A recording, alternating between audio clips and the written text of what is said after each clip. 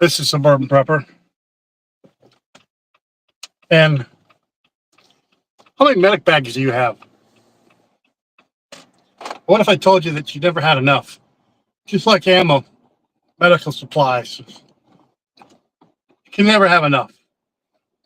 You use them, you train with them. I want to go over what I carry for my medical supplies. Take notes, compare, leave me a comment. Oh, first in my truck here, my Jeep Gladiator, I have a medic bag, a pre-packed combat lifesaver bag, basically. Packed with some tourniquets, emergency airway, and so forth. Nothing serious. It's a boo-boo bag in case somebody gets injured or something. And literally, I just have mostly boo-boo stuff in it. Band-aids, something to clean a wound, and some more advanced stuff. It's part of my truck. It's my truck medic bag. It stays with the truck. Okay. My next bag, and I did a video about it, is this nice big blue squared off bag, which is my primary medic bag. This would be similar to what I used in the military, except it's not an M4 aid bag, which were beautiful. Nice old medic bag from Vietnam that we use still. Probably get them online now. Anyway, but this is just basically a box of cloth, and in it I have airway, breathing, circulation, disability, exposure. And what I do is for each category, like for my field dressings, I either have them in an old Army butt pack. Well, not old, but a butt pack is a little small package you can attach to your load bearing equipment. We used to call them butt packs in the day because they went up above your bottom. Or I have 100-gallon plastic bags, for the freezer. I put supplies in there. Now this is where I also have 2 bags of IV fluid for an emergency starter. It's just a basic medic bag. Tourniquets, a headlamp in case it's dark. I have some chem lights in case to see. But I also carry a collapsible cloth nylon litter that takes 4 people really to extract somebody. But in a pinch, it could be used to extract somebody. It has handles on it. You can buy them online. They're not expensive. It's a piece of nylon, basically. And it works in a pinch. I also have an ambu bag. That's the bag that you put over the airway to help breathe. And I have a combi tube airway, and I have nasopharyngeal airways. That's my airways. For bleeding, I have field dressings, emergency Israeli dressings, and tourniquets. And I have some hemostarch clotting packets that you can use to help stop bleeding. Nothing, it's not a grand old bag, but it's my bag. I made a video through it. I like to go through my bag and update it periodically with supplies that I think are essential. And it's on a whim, really. I don't really carry much medication in that bag because it's not a medical bag. It's just a general purpose aid bag. You take it on a patrol with you, although it's pretty heavy. And it's not really meant to be carried as a ruck. It was meant to be carried from an ambulance or a truck to where the wounded persons or people are. And I'd say there's enough material, medical supplies in that bag to treat about 5 people of different wounds.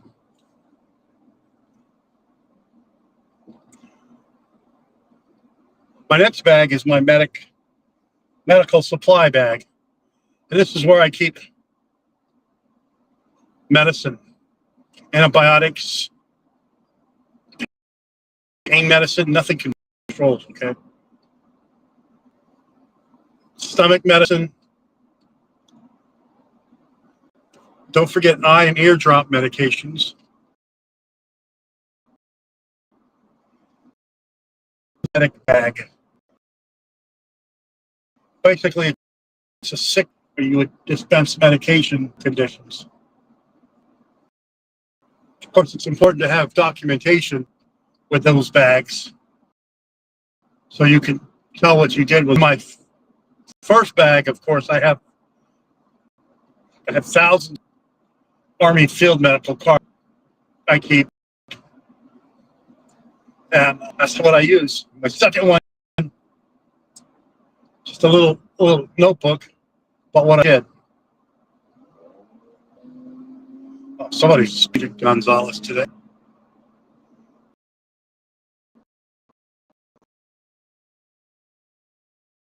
Bag. It's just the basics for medical care. A lot of the stuff you could buy online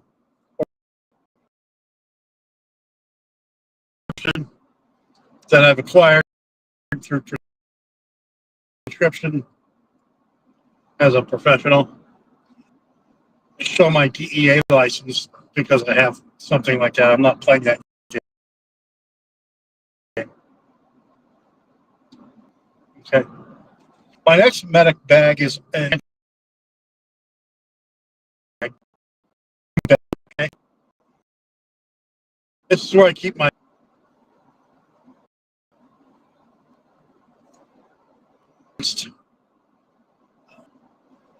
airway, ET tube, a laryngoscope,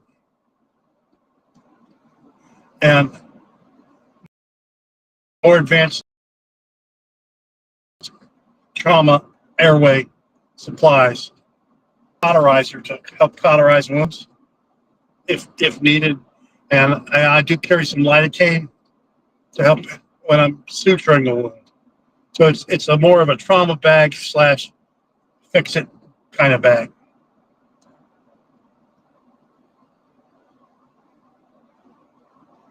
Okay. And there's some trauma or emergency medications in that bag that are associated with emergency medical conditions that I can handle. Obviously, I'm not doing advanced cardiac life support. So, can't do that. On the other hand, I do carry various types of suction in various bags. I have some portable suction that's handheld. I have some manual mechanical suction that you pump that wasn't meant for human, but it can be used on human, okay?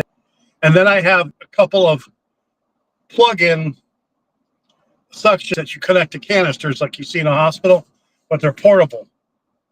Well, they need to be plugged in. And they work, they're operational. I got those from a bid from GovPlanet for medical supplies.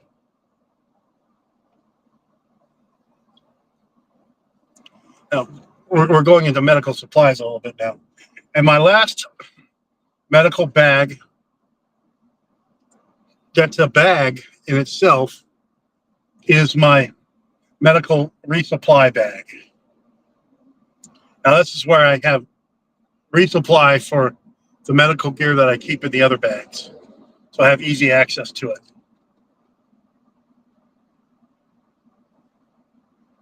And no, honestly, I don't have a packing list for each bag. I have what I have in them. Okay. And now we're going to go into my medical chests. Okay, this is what I consider my battalion aid station, as it were. It's packed to the level of a battalion aid station, even then some. I have litter stands with a couple of medical litters.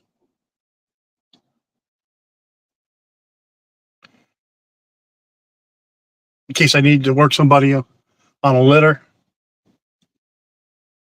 I have a couple of body bags in case somebody passes away, put them in a body bag. That's enough of the bags, I think. I don't have like I have the Skedco litter, which is a litter in itself.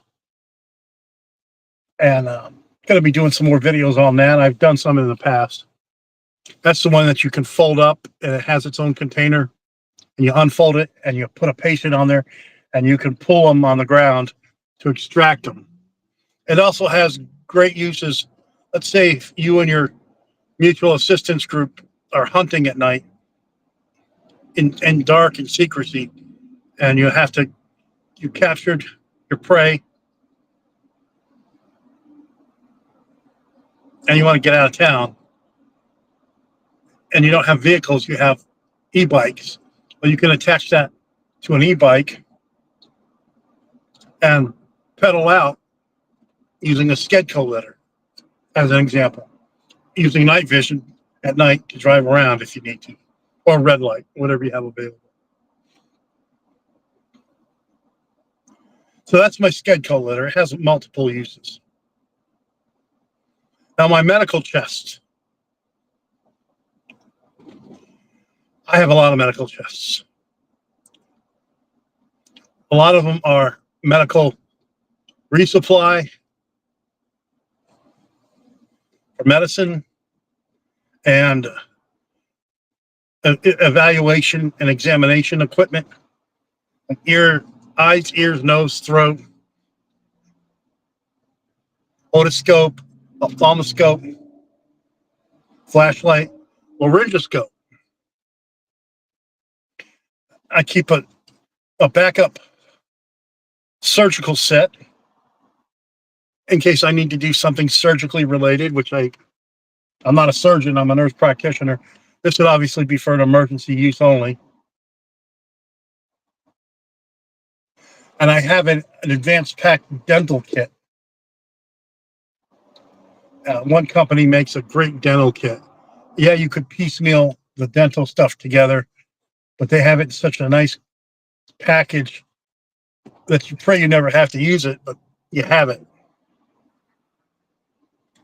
I'm at that crazy intersection that I always talk about. So far, so good. Okay. I hate intersections. So that's my medical resupply.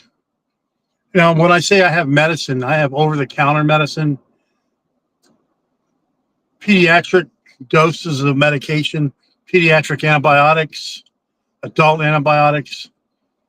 When I say pediatric, I'm talking suspensions like Augmentin, a resupply of eye antibiotic drops, the emergency medicines for sick call that you would use for somebody to help get them better, like steroids,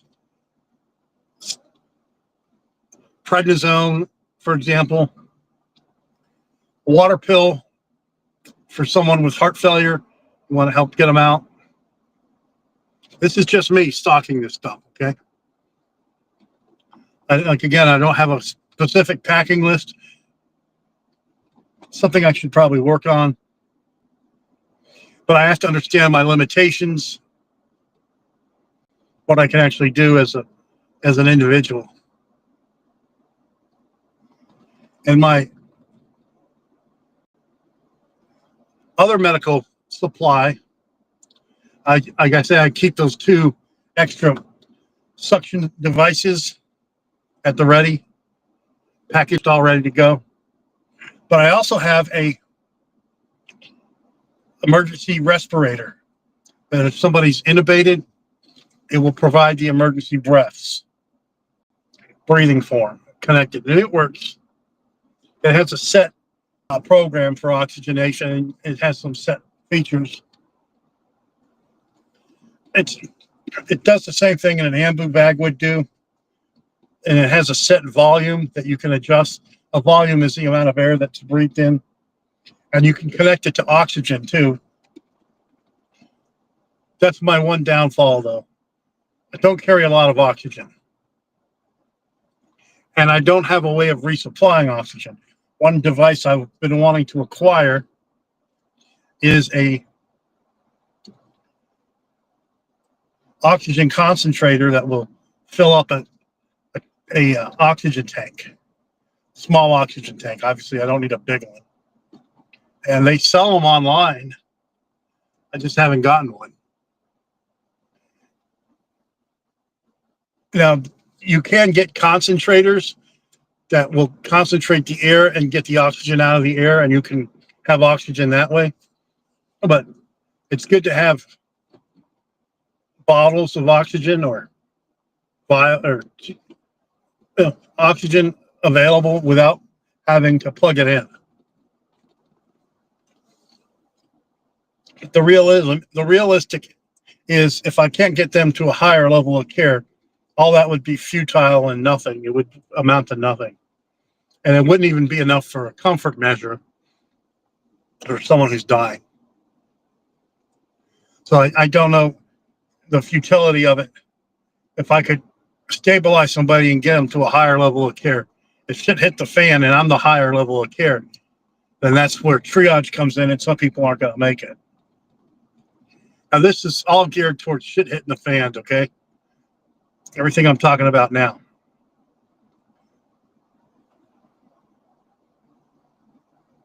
My next are what I consider to be my medical chests, okay, of various different equipment. One chest is my airway chest. Oh, this guy's running fast like Forrest Gump. Look at that boy go. Good for him. Anyway, anything you can think of related to airway within my scope. Nasal pharyngeal airways, endotracheal, laryngoscope, combo tube airway, emergency crike, and that's about my limit, about airway. Ambu bags. That's in my airway packet. Airway and breathing to me are interconnected, okay? My bleeding, now this goes through several different kits. My bleeding kit includes tourniquets, cat tourniquets, which I'm particular about my cat tourniquets. That's what I like. Israeli dressings. I'm a big fan of the Israeli dressings in particular for trauma dressings. I have some big cover field dressings to cover a burn wound.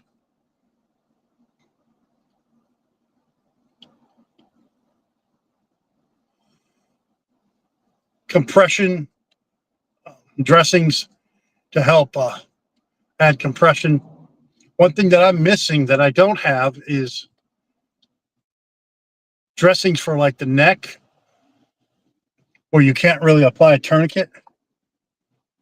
Something I don't have on hand. It's a limitation and it's a fallacy that I have. And I have tons of 4x4s and 2x2s and Curlex that I have a chest packed full of them, and then I have a trash bag packed full of them that I've acquired. Now, obviously, I'm not throwing out that trash bag. One, that would be a good bartering item, and two, it's good to have it as a backup to the backup.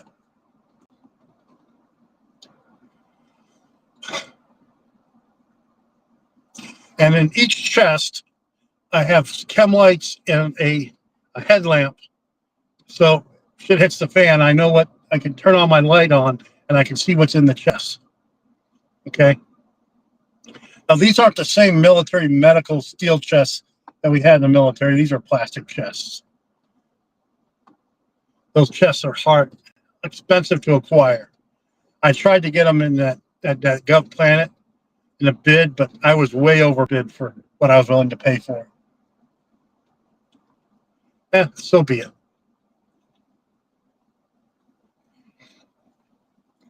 My next is my splinting fracture.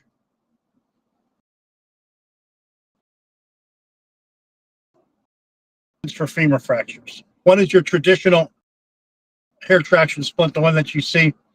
That's a big bulky one that's in a bag by itself. Put it, you apply it, and you put the traction. The other is it looks like a fishing pole type of traction splint. They require practice to be efficient, and I've done these since I was a kid, basically as a medic in the Army. But it's good to practice. Go into that in a minute too. Then I have basic casting materials. Okay, some fiberglass casts.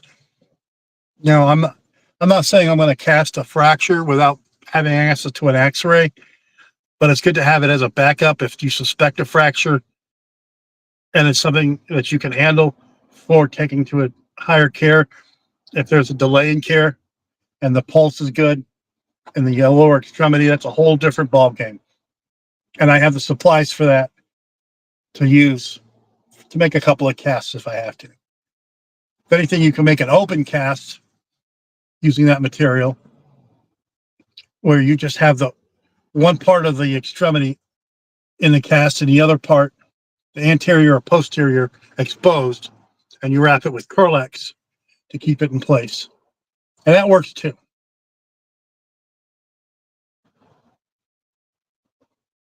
And then, of course, I have universal splints, or I'm used to calling them Sam splints. That was the name of the guy that these aluminum splints that you can fold to use.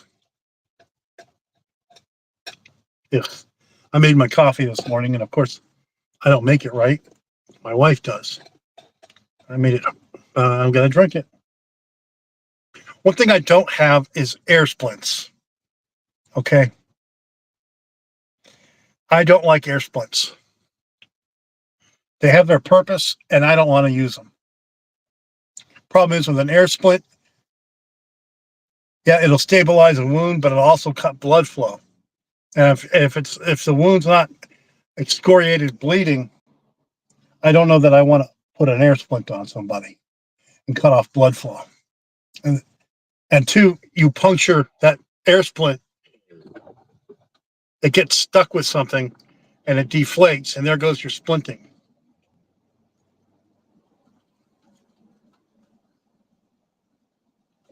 One thing that ran out of favor, don't even use anymore, is the pneumatic pressure splint mass trousers, where you would get all the blood from the legs, pump it up to go to the organs.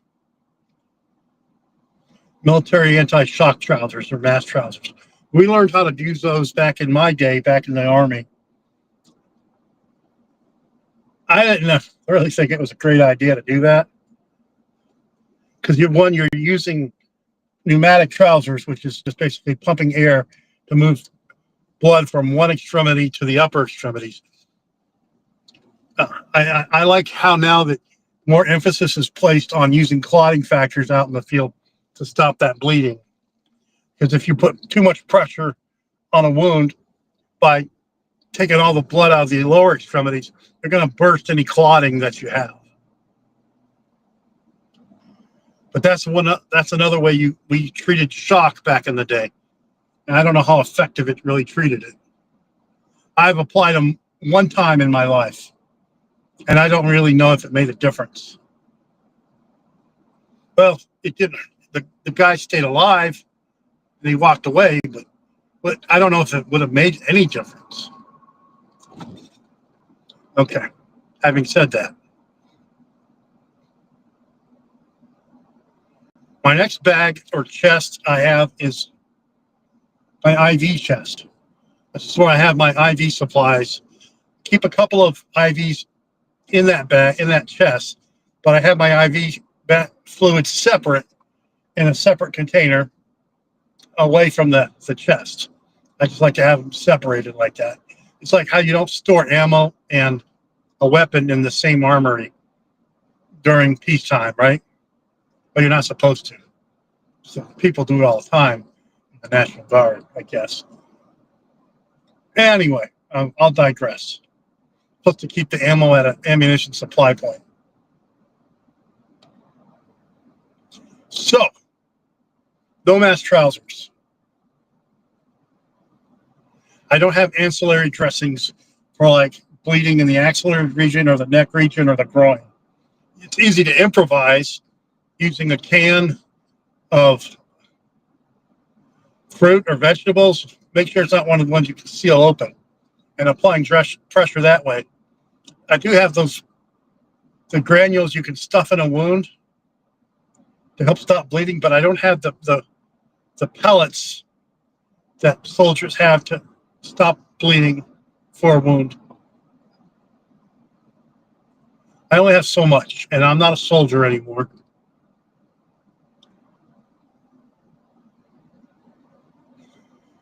What else am I missing? So I really need to do a video on my medical supply. None of it's secret, okay? It's not like it's a secret thing. And at the same time, I should reorganize my medical supply. I have about 15 medical chests in total of various devices. In that bid that I keep mentioning that I won from GovPlanet, I have extraction devices, disposable extraction devices to take someone out of a car and stabilize their upper extremities. I don't have any C-spine collars. C-spine collars are for neck injuries if you think there's a neck fracture. Truth be told, honestly, if someone's got a neck fracture, they're paralyzed, they're not probably going to make it when shit hits the fan if they can't even breathe. And you can't spare those resources depending on where the fracture was. They would just go instantly almost if it severed the spine. Back in the day, we used to put a C-spine on everybody till they can rule out a fracture. And they learned that this just takes time, and people get shot putting on a neck brace on somebody who's totally stable. That's why they've developed the care under fire, where you get the hell the guy or the gal to safety first, and then you worry about treating them. At the most, to throw a tourniquet on. All right. So yeah, in each of my chests, I make sure I have chem lights and a headlight or type of flashlight. And I really want to reorganize my medical chests. And I think I'll do that and present it in a video, because I have a lot of medical chests. And the way I have it organized in my basement, it's not the best. And I've done some major reorganization in my basement where I keep my supplies. I don't like to keep any of my medical supplies outside in my backyard. It all stays inside where it's controlled and cool.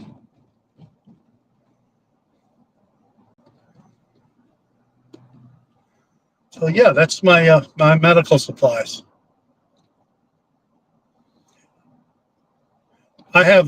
When I say I have medical evaluation, I have pulse oximeters, blood pressure cuffs, stethoscopes. One thing that I don't have is a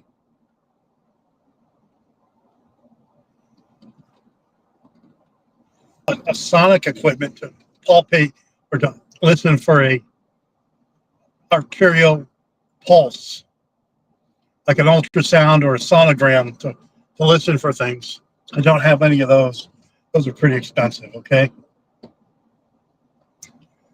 But one thing that was funny last night, I was playing with my daughter, and you know, she has a little speaker thing, and I put the speaker thing to my pulse, and you could hear the pulsation of it. So we started playing with it for a couple hours, And obviously it worked because we put it against a non-living object with no blood flow, and it didn't make any noise.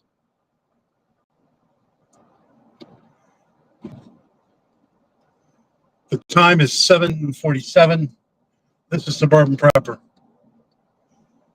I think we're going to call it a day, and we want to talk about my medical supplies.